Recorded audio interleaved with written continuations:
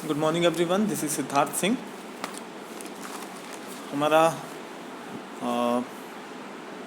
Political science का chapter first चल रहा था, द इंडियन कॉन्स्टिट्यूशन, हमारा भारतीय संविधान। उसमें हम इंडियन कॉन्स्टिट्यूशन के की फीचर्स के बारे में जान रहे थे। तकरीबन 4 की फीचर्स हमने कंप्लीट हो चुके हैं। फंडामेंटल राइट्स कौन कौन से हैं, आज हमें उनके बारे में जानना है। 6 फंडामेंटल राइट्स हमारे कॉन्स्टिट्यूशन में मेंशन्ड है। पहले ही इनकी संख्या आपकी 7 हुआ करती थी। एक राइट टू प्रॉपर्टी का प्रावधान हुआ करता था पहले, उसको फिर समय के साथ हटा दिया गया। अब हटाने का कारण क्या था, ये तो उस समय के तत्कालिक जो पॉलिटिशियंस थे वो ज़्यादा बेहतर बता पाएंगे, क्रिटिक्स ज़्यादा बेहतर बता पाएंगे। हमको सिर्फ इस चीज़ का डिस्कस करना है कि ये जो 6 फंडामेंटल राइट्स आज हमारे पास बचे हैं, इनकी क्या कीमत है। इनके बगैर जो भारतीय संविधान के हिसाब से जो लोग हैं हमारे यहाँ पे, उनकी क्या डिग्निटी रह जाएगी, उनकी क्या औकात रह जाएगी। साथ में फंडामेंटल राइट्स को कौन प्रिव्यू कर सकता है और उसको कौन ख़राब करने पे उसकी रक्षा कर सकता है, इन सारी चीज़ों के बारे में भी हम जानेंगे। फंडामेंटल राइट्स में सबसे पहला है आपका right to equality. Right to equality का आपने 7th क्लास में पूरी की पूरी एक चैप्टर था, आपका फर्स्ट चैप्टर था राइट टू इक्वलिटी का। All persons are equal before the law. This means that all persons shall be equally protected by the laws of the country. It also states that no citizens can be discriminated against on the basis of their religion, caste or sex. Every person has access to all public places including playgrounds, hotels, shops, etc. The state cannot discriminate against anyone in matters of employment, but there are exceptions to this that you will read about later in this book. The practice of untouchability has also been abolished. Right to equality, समानता का अधिकार। भारतीय संविधान में समानता के अधिकार की ज़रूरत क्यों पड़ी? ज़रूरत इसलिए पड़ी क्योंकि संविधान हमारा ये मानता है कि जितने भी नागरिक हैं भारत में, जितने भी भारत के सिटीजन हैं, उन सभी को एक नज़रिए से देखना, सभी को एक ही दृष्टिकोण से देखना, सभी को एक ही तराजू में तौलना और सभी के एक ही समान अधिकार होने चाहिए। चाहे वो राष्ट्रपति के हों, चाहे वो एक नॉर्मल कॉमन मैन के हों, चाहे वो एक बहुत बड़े इकोनॉमिस्ट के हों या फिर एक नॉर्मल प्रोफेसर के हों। कोई बहुत बड़ा बिजनेसमैन है, उसके लिए जो भी इक्वलिटी का पर्पस होगा, वो एक नॉर्मल व्यक्ति के लिए भी वही क्राइटेरिया होगा समानता का। समानता को इस हिसाब से समझ लीजिए कि सबसे बड़ा उदाहरण है कि भारत में वोट करने का अधिकार, आपका जो अडल्ट फ्रेंचाइज है, आप जब 18 ईयर्स के हो जाएंगे तो आपको सरकार चुनने के लिए आपके आसपास के जो आपके रिप्रेजेंटेटिव्स हैं, आपके जो प्रतिनिधि हैं, उनको चुनने के लिए आपके पास एक वोट रहेगा और ये एक वोट सभी के पास रहेगा। ऐसा नहीं है कि किसी और के पास ज़्यादा वोट रहेंगे, आपके पास कम रहेंगे, ऐसा नहीं है। समानता के अधिकार में सबसे पहले अगर कोई क्वेश्चन आता है डेमोक्रेसी पे, तो वो है आपका वोट। सभी के पास एक ही वोट रहता है, चाहे वो कोई भी हो, चाहे वो राष्ट्रपति हो, चाहे वो प्रधानमंत्री हो, चाहे वो चीफ मिनिस्टर हो, बिजनेसमैन हो, एक IAS हो, IPS हो, आप नॉर्मल बिजनेसमैन हैं, कोई भी है, सभी के पास इक्वलिटी रहती है। इस चीज़ को लेके कॉन्स्टिट्यूशन कहता है कि कोई भी व्यक्ति, किसी भी व्यक्ति को इस बेस पे भेदभाव के नज़रिए से नहीं देखा जाएगा। इस बेस पे उसे डिस्क्रिमिनेट नहीं किया जाएगा कि उसकी जाति क्या है, उसका धर्म क्या है, आइदर वो मेल है, फीमेल है, वो उसकी इकोनॉमिक कंडीशन क्या है, उसका एजुकेशनल बैकग्राउंड क्या है, उसकी वो किस जगह पे पैदा हुआ है या वो किस रिलीजन को फॉलो करता है। इन सारे बेसिस पे, और भी कई सारी चीज़ें हैं, एक्सेट्रा पे गिन लेंगे उसको। इन सारे बेसिस पे ना ही गवर्नमेंट, ना ही स्टेट गवर्नमेंट, ना ही कोई व्यक्ति, ना ही कोई संस्था आपको इन बेसिस पे डिस्क्रिमिनेट नहीं कर सकती है। अगर कोई इन बेसिस पे आपको डिस्क्रिमिनेट करता है तो ऑफ थाने पे आप कंप्लेन लिखा सकते हैं, आप SDM के पास कंप्लेन लिखा सकते हैं, आप कोर्ट जा सकते हैं, आप किसी भी सरकारी संस्था पे इसकी कंप्लेन लिखा सकते हैं जो भी ऑथराइज्ड है इसके लिए।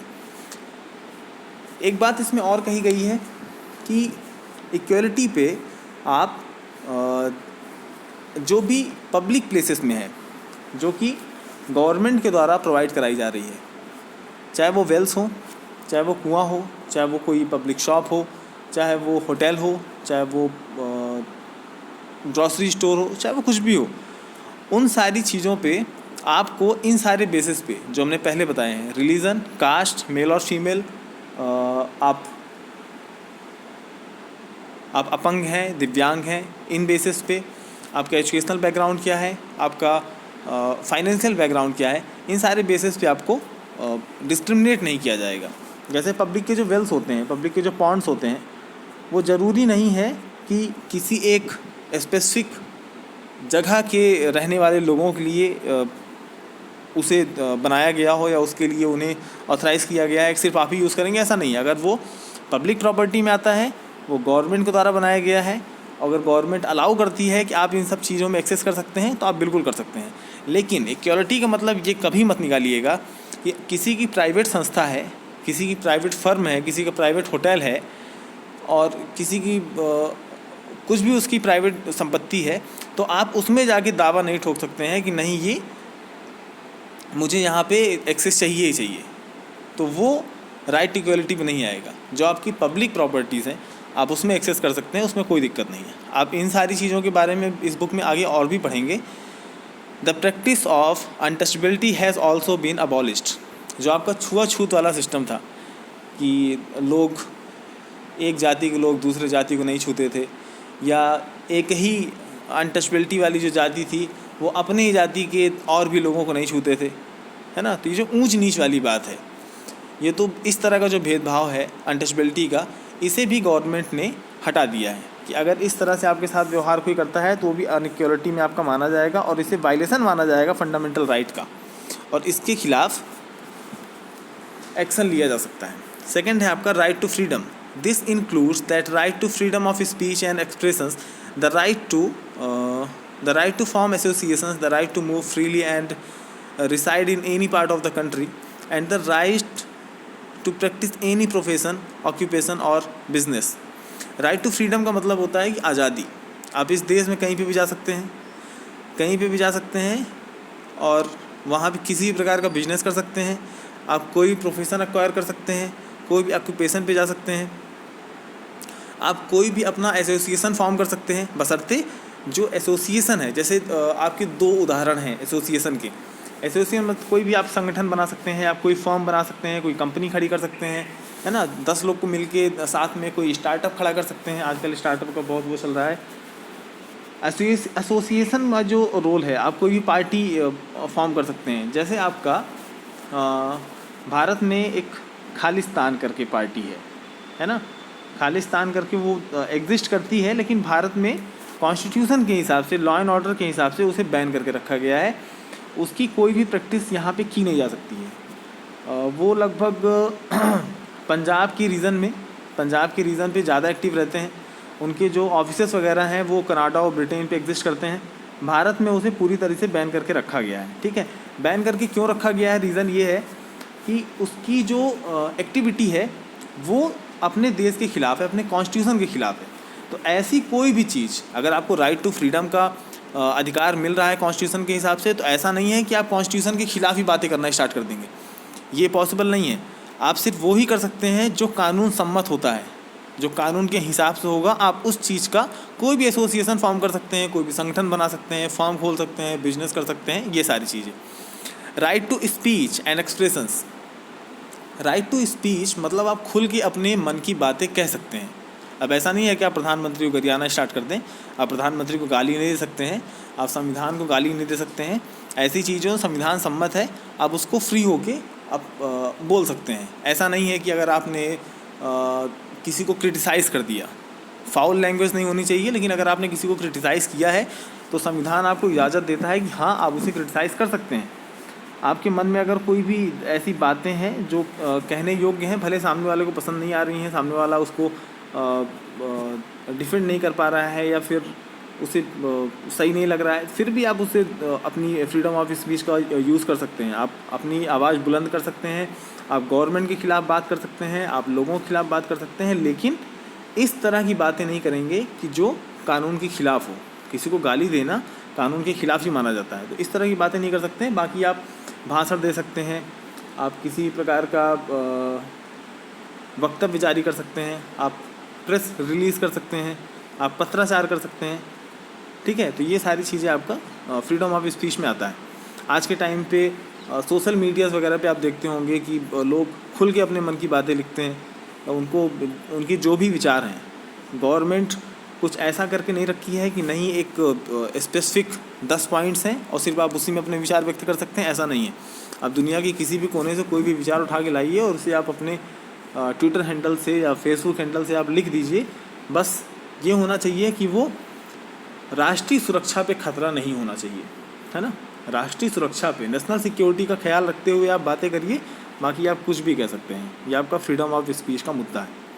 ओके, अगला है आपका right against exploitation. The constitution prohibits human trafficking, forced labour and employment of children under 14 years age. इसके अंतर्गत ये कहा गया है कॉन्स्टिट्यूशन में, आपने ह्यूमन ट्रैफिकिंग के बारे में सुना होगा, आपने फोर्स्ड लेबर के बारे में सुना होगा कि ज़बरदस्ती किसी से बंधुआ मजदूरी करवा लेना, या फिर आपने ये भी सुना होगा कि किसी बच्चे से जो 14 साल का नहीं है, उससे छोटा है, उससे आप किसी फैक्ट्रीज वगैरह में काम नहीं करा सकते हैं। आप किसी ऐसी जगह पे काम नहीं करा, मतलब उसको 14 साल का जब तक वो नहीं हुआ है, 14 ईयर्स की एज वो क्रॉस नहीं किया है, तब तक आप उससे कहीं पे भी काम नहीं करा सकते हैं। उसके लिए एक अलग से सेक्शन बना हुआ है आपका संविधान में, ठीक है। ह्यूमन ट्रैफिकिंग का रोल ये है कि इंसानों को यहाँ से वहाँ कर देना। यहाँ से वहाँ कर देना मतलब उनकी इजाज़त के ख़िलाफ़, उनकी इच्छा के ख़िलाफ़ उन्हें किडनैप कर देना और उन्हें एक देश से दूसरे देश में ले जाके बेच देना, या फिर उन्हें उनके ऑर्गन्स को निकाल के ब्लैक मार्केटिंग कर देना। तो ये सारी चीज़ें आपका राइट अगेंस्ट एक्सप्लॉयटेशन के अंतर्गत दिया गया है। फोर्स्ड लेबर में आपका, जैसे आपका बंधुआ मजदूरी होती है कि किसी भी व्यक्ति, जैसे मान के चलिए आपका फर्म है, ठीक है, आपकी मान लीजिए खेती बाड़ी है, आप एक कृषक हैं, आपके पास एग्रीकल्चर का बहुत बड़ा फार्म है और वहाँ पे आपको बहुत सारे लेबर्स की ज़रूरत पड़ती है। अब आप उस जगह के दादा हैं और आपको पता है कि आसपास के जो ऑफिसर्स हैं या फिर लोग हैं वो इस चीज़ के ख़िलाफ़ आवाज़ बुलंद नहीं करेंगे, तो आप 50-60 लोगों को पकड़ के ले आए और उनको ज़बरदस्ती उनको कोड़े मार मार के काम करा रहे हैं, ठीक है, और उनको आप उनका मेहनताना नहीं दे रहे हैं, आप उनको सही से खाना पीना नहीं दे रहे हैं, रहने की अच्छी सुविधाएं नहीं दे रहे हैं, ठीक है, उनकी बेसिक नीड्स को पूरा नहीं कर रहे हैं, लेकिन काम आप बराबर करवा रहे हैं, तो इसको कहते हैं बंधुआ मजदूरी, है ना। तो ये सारी चीज़ें अब के टाइम पे कॉन्स्टिट्यूशन के खिलाफ माना गया है, ठीक है। तो ये सारी चीज़ें बैन मानी जाती हैं, ठीक है। 14 साल के जो भी बच्चे हैं आप उन्हें किसी फैक्ट्रीज वगैरह में काम नहीं करवा सकते हैं, क्लियर है। Right to freedom of religions freedom is provided to all citizens. Every person has the right to practice, profess and propagate the religion of their choice. इसमें धर्म के बारे में बताया गया है कि आप किसी भी धर्म को फॉलो कर सकते हैं। आप चाहे तो हिंदुज़म को फॉलो कर लीजिए, आप बुद्धिज़्म को फॉलो कर लीजिए, आप जैनिज़्म को फॉलो कर लीजिए, आप जुडाइज़्म को फॉलो कर लीजिए, आप इस्लाम को फॉलो कर लीजिए। आप इसी तरह से, मतलब दुनिया में बहुत सारे धर्म बने हुए हैं। आप क्रिश्चियनिटी को फॉलो कर लीजिए। तो आप कैथोलिक बनना चाहते हैं या फिर कोई और क्रिश्चियन बनना चाहते हैं, आप वो भी कर सकते हैं। तो इसके खिलाफ इसके लिए गवर्नमेंट कहती है कि आप किसी भी धर्म को फॉलो कर सकते हैं। और साथ में तो ये भी कहा गया है कि जो इंडिया है वो आपका एक सेकुलर कंट्री है, और सेकुलर कंट्री में स्वाभाविक सी बात है कि वो किसी एक धर्म को ज़्यादा मान्यता नहीं देते हैं, किसी एक धर्म के पक्ष में बात नहीं करते हैं। जो भी सेकुलरिज्म कंट्रीज़ होती हैं, कहीं कहीं पे आपका एक्सेप्शंस हैं, अपवाद कई जगह मिलते हैं। तो आप किसी भी धर्म को फॉलो कर सकते हैं, आप उसका प्रचार प्रसार कर सकते हैं, प्रोपेगेट कर सकते हैं। मतलब अगर आपको लगता है कि इस्लाम बहुत ऊंची चीज़ है, तो आप उसको लेके प्रोपेगेट कर सकते हैं, आप उसका प्रचार प्रसार कर सकते हैं, आप लोगों को उसके बारे में ज़्यादा जानकारी दे सकते हैं, जिससे कि लोग आपके रिलीजन से ज़्यादा जुड़ सकें, है ना। तो इसके लिए आप अपनी एक अलग से संस्था भी खोल सकते हैं। जैसे इस्लाम में आपका मदरसा वगैरह होते हैं, हिंदुज़म में तो मान लीजिए ये सारी चीज़ें ख़त्म ही हो गई हैं, अब अखाड़ा वगैरह होते हैं वो खोल सकते हैं। गुरुकुल्स वगैरह का तो आज के टाइम पे क्रेज़ ही ख़त्म हो चुका है मान लीजिए, तो उसके लिए भी आप अलाउ हैं कि आप इन सारी चीज़ों को खोल सकते हैं और अपना प्रचार प्रसार कर सकते हैं और किसी भी धर्म को फॉलो कर सकते हैं। इसके लिए कोई भी ऐसा नहीं है कि गवर्नमेंट बैन लगा के रखी, बस बशर्ते इस चीज़ का ध्यान रखना है कि आपको ज़बरदस्ती किसी का धर्म परिवर्तन नहीं कराना है। ठीक है, अगर किसी की इच्छा नहीं है तो ज़बरदस्ती उसका धर्म परिवर्तन नहीं कराना है। आपको उसको रुपए पैसे दे के आप उसका धर्म परिवर्तन नहीं करा सकते हैं। आप धर्म परिवर्तन इस तरह से करा सकते हैं कि आप अपने धर्म के बारे में उसे बेहतर चीज़ें बताएं, अच्छी चीज़ें डिस्कस करें, और अगर उसे लगता है कि हाँ ठीक है इसको फॉलो करना चाहिए तो वो उसके विवेक के ऊपर निर्भर करता है और वो फॉलो कर सकता है। आप ज़बरदस्ती नहीं कर सकते हैं। Okay, cultural and educational rights.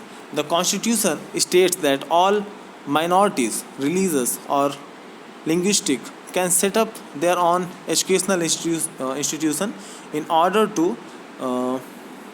persevere and develop their own culture. सांस्कृतिक और शैक्षणिक अधिकार, जैसे आपको पता होगा, इसे मध्य प्रदेश की बात कर लेते हैं। मध्य प्रदेश में रहते हैं ज़्यादा लोग, इसी के बारे में जानते होंगे, लोकल ज़्यादा अच्छे से लोग पहचान सकते हैं।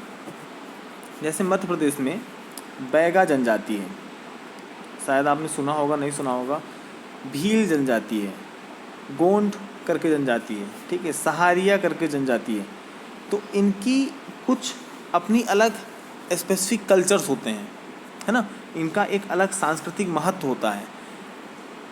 ये जनजातियाँ अपना एक अलग सांस्कृतिक महत्व अपने बनाए रखती हैं।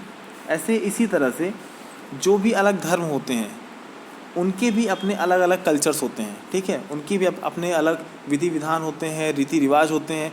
तो उन सभी को संरक्षित करने के लिए कि आप उसे संरक्षण करके रख सकें, लोगों को, अपने आने वाली पीढ़ी को आप उसे बता सकें, तो उसके लिए आप एक अलग से शिक्षण संस्थान खोल सकते हैं या फिर एक कोई अलग सा संस्थान खोल सकते हैं जिसमें आप एजुकेशन से रिलेटेड आप उसमें चीज़ें बता सकते हैं। जो भी धार्मिक या भाषाई जितने भी अल्पसंख्यक हैं, माइनॉरिटीज़ हैं, जैसे मान के चलिए कि कोई एक लैंग्वेज है, ठीक है, और वो भारत में वो लैंग्वेज आपकी माइनॉरिटी में आ गई है, मतलब उसको बहुत बोलने वाले बहुत कम लोग हैं और उसे जानने वाले भी बहुत कम लोग बचे हैं, लेकिन उसका एक अलग सांस्कृतिक महत्व है ना, उसका एक अलग कल्चरल बहुत महत्व है। तो उसे बचाने के लिए उनके लोग जिनकी ये लैंग्वेज है वो लोग इसके लिए एक अलग से संस्था खोल सकते हैं इसके संरक्षण के लिए, ठीक है। तो अगर आप धार्मिक अल्पसंख्यक हैं या फिर भाषाई अल्पसंख्यक हैं तो आप अपनी एक अलग से संस्था खोल सकते हैं। आप इसके लिए, गवर्नमेंट इसके लिए अलाउ करती है, फंडामेंटल राइट्स में इसको अलाउ किया गया है, ठीक है। Right to constitutional remedies, this allows citizens to move the court if they believe that any of their fundamental rights have been violated by the state. संवैधानिक उपचार का अधिकार, इसे डॉक्टर भीमराव अम्बेडकर इसको संविधान की आत्मा भी कहते थे। इसमें रोल ये है, इसी पे सारा खेल टिका है। जैसे आपका फंडामेंटल राइट है, ठीक है, अब फंडामेंटल राइट में कभी कभी ऐसा होता है कि गवर्नमेंट के पेच फंस जाते हैं आपके फंडामेंटल राइट में और गवर्नमेंट के बीच में कभी कभी कॉन्फ्लिक्ट हो जाता है। वो सबको दिखता नहीं है लेकिन हो जाता है। जैसे मान लीजिए आपका कोई भी आपका फंडामेंटल राइट है, आप राइट टू स्पीच की बात करते हैं। राइट टू स्पीच में ऐसे कौन से लोग होंगे जो लगातार अपना क्रिटिसिज्म झेलते होंगे, लगातार अपना विरोध झेल पाते होंगे। कभी कभी किसी की मानसिक स्थिति इतनी बढ़िया और प्रबल नहीं होती है कि वो अपना विरोध झेल सके लगातार बार बार। तो उसके लिए कभी कभी गवर्नमेंट ऐसा करती है, जो स्टेट गवर्नमेंट्स होती हैं वो ऐसा करती हैं कि जो व्यक्ति उनके खिलाफ़ बोल रहा है या फिर जो जर्नलिस्ट उनके खिलाफ़ लिख रहा है या जो इलेक्ट्रिक मीडिया वाला उनके खिलाफ़ अगर लिख रहा है तो वो लोग उनके खिलाफ़ स्टेट गवर्नमेंट उन पर्सन्स के खिलाफ़ जो क्रिटिसाइज़ कर रहे हैं गवर्नमेंट को, उन्हें या तो जेल करवा देती है या तो किसी और तरीके से परेशान करती है। तो इन सारी चीज़ों को लेके अगर किसी नागरिक को लगता है, कोई भी सिटीजन है, अगर उसे लगता है कि उसके फंडामेंटल राइट्स का, किसी भी फंडामेंटल राइट का अगर वायलेशन हो रहा है, उल्लंघन हो रहा है, या किसी भी फंडामेंटल राइट का, मौलिक अधिकार का उसको उससे छीना जा रहा है, तो वो इन सारी चीज़ों को लेके, इस मुद्दे को लेके वो स्टेट गवर्नमेंट के पुलिस विभाग के पास नहीं जाएगा, वो एसडीएम कलेक्टर के पास नहीं जाएगा, वो सीधे कोर्ट जा सकता है।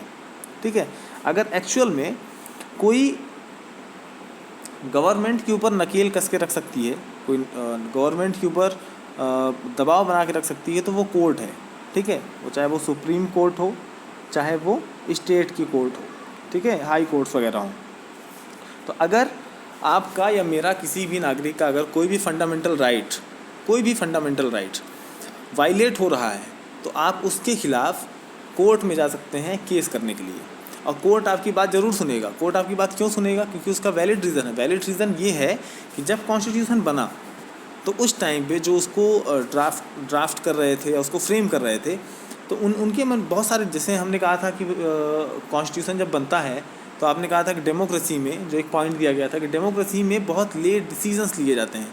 लेट डिसीजंस इसलिए लिए जाते हैं क्योंकि बहुत सारे लोग होते हैं, बहुत सारे डिस्कशंस होते हैं, उसमें बहुत सारे पॉइंट्स निकाले जाते हैं, और उनमें जो पॉइंट्स बहुत बेहतर होते हैं उन्हें एक्वायर कर लिया जाता है उन बुक्स के लिए या फिर उस स्कीम के लिए या कोई प्रोजेक्ट के लिए। ठीक है, तो जो ड्राफ्ट कर रहे थे, जो परफॉर्म कर रहे थे कॉन्स्टिट्यूशन को, तो उनके मन में ये बात ज़रूर थी कि जब स्टेट गवर्नमेंट या सेंट्रल गवर्नमेंट जैसी चीज़ें बनेंगी और उनके ऊपर अगर कोई दबाव बनाने वाला नहीं होगा, तो पक्का ये बात हो सकती है कि आने वाले टाइम पे जो हम फंडामेंटल राइट्स सिटीजन्स को दे रहे हैं, आम नागरिकों को दे रहे हैं, तो उनका वायलेशन ज़रूर हो सकता है। गवर्नमेंट अपने फ़ायदे के लिए उन फंडामेंटल राइट्स को मोल्ड कर सकती है, उन्हें रिव्यू कर सकती है, उन्हें बार बार चेंज कर सकती है, और कभी मौका आएगा तो उसे हटा भी सकती है।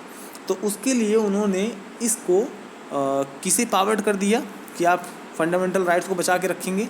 पावर्ड कर दिया सुप्रीम कोर्ट्स को, सुप्रीम कोर्ट को कर दिया, हाई कोर्ट्स को कर दिया कि आप फंडामेंटल राइट्स के संरक्षक के तौर पे माने जाएंगे। तो आज के टाइम पे अगर गवर्नमेंट आपके किसी फंडामेंटल राइट्स के ऊपर अड़ंगा लगाती है या उसे वायलेट करती है, उसे आपसे छीनने की कोशिश करती है, बशर्ते इस पॉइंट को नोट कर लीजिएगा, बशर्ते इमरजेंसी ना लगी हो। अगर इमरजेंसी लगी है तो आपके कई सारे फंडामेंटल राइट्स वायलेट हो जाएंगे, क्योंकि ये मुद्दा आपका राष्ट्रीय सुरक्षा का हो जाता है। नेशनल सिक्योरिटी की जब बात आएगी तो आपके फंडामेंटल राइट्स को दोबारा से रिव्यू कर दिया जाएगा, कुछ को सस्पेंड कर दिया जाएगा, कुछ बचे रह जाएंगे। ठीक है, तो अगर नॉर्मल डेज़ में, जैसे मान के लिए आज 2021 चल रहा है, और अगर अभी सारी चीज़ें अंडर कंट्रोल हैं, और उसके बाद अगर गवर्नमेंट आपके फंडामेंटल राइट्स को किसी प्रकार से छेड़खानी करने की कोशिश करती है, तो आपको केस, ज़रूरी नहीं है कि आपको केस ही करना पड़े, क्योंकि जब सभी के फंडामेंटल राइट्स को दिक्कत होती है तो ज़रूरी नहीं है कि सिर्फ आपको केस करना पड़े सभी को जाके कोर्ट्स में। कोर्ट्स इसका संज्ञान खुद ले लेती हैं। ठीक है, सुप्रीम कोर्ट खुद एक कदम आगे बढ़ के गवर्नमेंट के ऊपर दबाव बनाती है कि ये सारी चीज़ें जो आप कर रहे हैं ये संविधान के खिलाफ है, लॉ एंड ऑर्डर आपका सही नहीं चल रहा है, इसको मेंटेन करिए, और अगर ये सारी चीज़ें आप करते हैं तो हम इसका दूसरा तरीका निकाल लेंगे कैसे इसको सही करना है। ठीक है, तो ये आपके 6 फंडामेंटल राइट्स हो गए। 7वां फंडामेंटल राइट आपका क्या था? Right to property. Right to property को 1975 और 1976 अप्रॉक्सीमेटली इन्हीं टाइम पे 42वें संविधान संशोधन में या 44th अमेंडमेंट में हटा दिया गया था। उसके बाद से 6 बचे हैं। ओके, तो ये क्लियर हो गया आपका फंडामेंटल राइट। आगे बढ़ते हैं सेक्युलरिज्म की तरफ। सेक्युलरिज्म, धर्मनिरपेक्षता। A secular state is one in which the state does not officially promote any one religion as the state religion. We will read more about this in the following chapter. एक secular state या एक secular देश, एक राज्य स्तर पे कोई भी उसका ऑफिशियली कोई धर्म नहीं होता है, वो किसी एक धर्म का पक्षपात नहीं करता है, उसके लिए सारी चीज़ें बराबर हैं, और वो सभी धर्मों को मान्यता देता है कि आप किसी भी धर्म को फॉलो कर सकते हैं। ठीक है, आगे हम पढ़ लेते हैं। You now understand the ways in which a countries history often determines the kind of constitution that a country adopts for itself. The constitution plays a crucial role in laying out the ideals that we would like all citizens of the country to adhere to, including the representatives that we elect to rule us. Just like in the game of football, a change of constitutive rules will affect the game. Indian constitution has been amended over the years to reflect new concerns of the polity. Often a major change in the constitution means a change in the fundamental nature of the country. We saw this in the case of Nepal and how it needed to adopt a new constitution after it becomes a democracy. इतना पढ़ने के बाद आपको धीरे धीरे समझ में आ गया होगा कि किसी भी देश का कॉन्स्टिट्यूशन, जब हमने पहले इसके बारे में चर्चा की थी कि किसी भी देश का कॉन्स्टिट्यूशन उस देश के कल्चर, उस देश की मेंटालिटी, उस देश के सोचने का तरीका और उस देश के इतिहास पर डिपेंड करता है कि उसकी हिस्ट्री कैसी थी, उसके पहले के लोग कैसे थे, उनकी मेंटालिटी कैसी है, विचारधारा क्या है, उनका कल्चर क्या है। ये सारी चीज़ें एक देश के संविधान को रिफ्लेक्ट करती है, ठीक है। उसी के हिसाब से पूरा कॉन्स्टिट्यूशन बनता है। जैसे एक वो है कि स्टार्ट किए थे फुटबॉल से, कि फ़ुटबॉल का जो खेल होता है उनके नियम देखिए फिक्स होते हैं, ठीक है। पैर से खेला जाने वाला फुटबॉल का खेल है, उसे आप हाथ नहीं लगा सकते हैं, सिर्फ और सिर्फ गोलकीपर हाथ लगा सकता है, बाकी कोई नहीं लगा सकता है हाथ उसमें। अगर हाथ लगा दिए तो फिर फुटबॉल कैसा। तो जिस हिसाब से फुटबॉल, क्रिकेट, हॉकी है, इनके जो बेसिक रूल्स होते हैं, जो इनके कॉन्स्टिट्यूटिव रूल्स होते हैं, अगर उन रूल्स में हल्का सा भी फेरबदल कर दिया गया तो उनका जो मूल ढांचा होता है वो चेंज हो जाता है। जो बहुत सारे वर्षों से चला आ रहा है वो अचानक से एक साथ बदल जाएगा, तो इसमें दिक्कतें होती हैं, है ना। तो इसी तरह अगर देश में अगर किसी का संविधान अगर चेंज कर दिया जाए तो उसका बुनियादी ढांचा बदल जाता है, उसका बुनियादी स्वरूप बदल जाता है और फिर वो एक अलग तरीके से रिफ्लेक्शन देता है। अब रिफ्लेक्शन कैसा, अब मान के चलिए जैसे नेपाल का केस था। अब नेपाल में उन्होंने प्रोटेस्ट किया कि जो राजाशाही है ना, जो राजाशाही है उसको ख़त्म कर देना चाहिए। इसके लिए कम से कम 20 साल तक इन्होंने प्रोटेस्ट किया। अब जब इन्होंने अपने प्रोटेस्ट में सफलता पा ली कि ठीक है राजाशाही हटा दी जाएगी और होगा क्या कि यहाँ पे डेमोक्रेसी स्थापित की जाएगी, जिसका पावर किसके पास रहेगा, जनता के पास रहेगा, क्योंकि वोट कास्ट करने की क्षमता किसके पास है, जनता के पास है। लेकिन साथ में उन्होंने एक मांग और की, एक मांग ये की कि जो आपका पुराना वाला कॉन्स्टिट्यूशन है आप उसे भी चेंज करिए, क्योंकि जो पुराना वाला कॉन्स्टिट्यूशन है उसका जो बेसिक रूल है, जो उसका बेस है, जो उसका आधार है, वो तो वही है कि राजा शासन करेगा और उसके जो मंत्रिमंडल होंगे वो एग्जीक्यूटिव के तौर पे रहेंगे। तो उन्होंने कहा कि भाई आप राजशाही ख़त्म तो कर देंगे लेकिन लोकतंत्र के नाम पे चलेगी तो राजाशाही ही, क्योंकि नियम तो वही हैं, रूल्स तो वही हैं। तो उन्होंने कहा कि हमको एक नया संविधान चाहिए, ठीक है। तो इसी हिसाब से आपकी सारी चीज़ें चलती हैं। अगर मान के चलिए अपना देश है, अपने देश में आप अपने कल्चर से भली भांति वाकिफ़ हैं, आप अपने सारे इवेंट्स के साथ में वाकिफ़ हैं, रीति रिवाज के साथ वाकिफ़ हैं, विधि विधान के साथ वाकिफ़ हैं, अपने हिस्ट्री को आप जानते हैं, नहीं जानते हैं तो धीरे धीरे पढ़ेंगे आगे।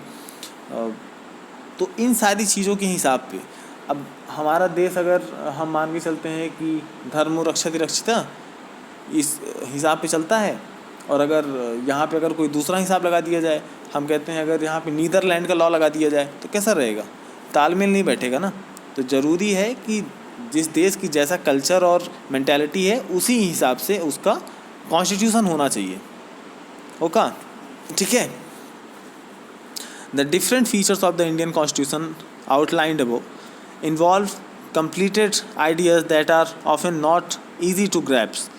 Don't worry too much about this for the moment. In the rest of the book, as well as in your higher classes, you will read more about these different features of the Indian Constitution and understand more substantially what they mean. इसमें लिखा हुआ है कि भाई देखिए ऊपर जो आपने पूरा जो चैप्टर पढ़ा हुआ है, जो की फीचर्स के बारे में पढ़ा है, जो स्टोरीज़ के बारे में पढ़ी है, अगर उनमें से अगर कुछ आपको इजी नहीं लग रहा है, कुछ आपको कठिन लग रहा है, या कुछ चीज़ें अगर उसमें कठिन है तो, और अगर आपका कुछ फैक्टर क्लियर नहीं हो पा रहा है, कॉन्सेप्ट क्लियर नहीं हो पा रहा, तो उसमें परेशान होने वाली बात नहीं है। आप जैसे जैसे आपकी क्लासेस बढ़ेंगी, जैसे जैसे आपके चैप्टर्स बढ़ेंगे, आप धीरे धीरे इनके बारे में थोड़ा सा और खुल के जानेंगे, है ना। तो इसको यहाँ ख़त्म करते हैं। The constitution also mentions fundamental duties, find out with the help of your teacher what this includes and why it is important for citizens in a democracy to observe these.